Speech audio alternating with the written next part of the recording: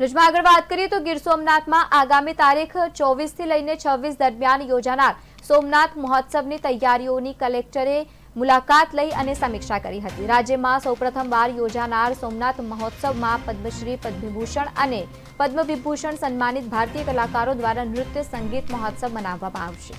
આ મહોત્સવનું રાજ્યના મુખ્યમંત્રી ભૂપેન્દ્ર પટેલના હસ્તે 24 ફેબ્રુઆરીના રોજ સાંજે 7 કલાકે ઉદ્ઘાટન કરવામાં આવશે।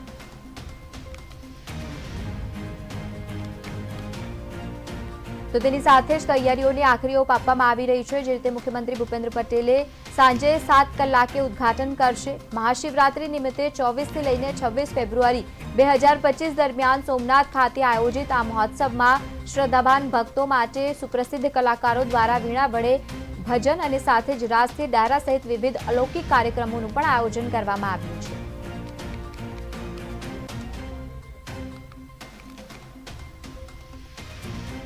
25-26 રોજ ગુજરાત ટુરિઝમ એક ભવ્ય સાંસ્કૃતિક આયોજન કરેલ છે।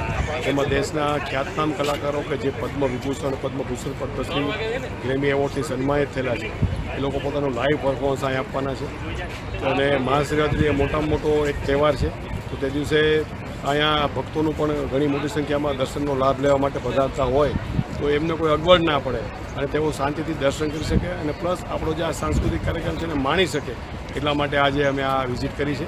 અને અમે આતુર છીએ તમામ ભક્તોને આવકારવા માટે, સાંસ્કૃતિક કાર્યક્રમ નિહાળવા માટે પણ અને ભગવાન સોમનાથના દર્શન કરવા માટે। 25-26 રોજ ગુજરાત ટુરિઝમ એક ભવ્ય સાંસ્કૃતિક આયોજન કરેલ છે।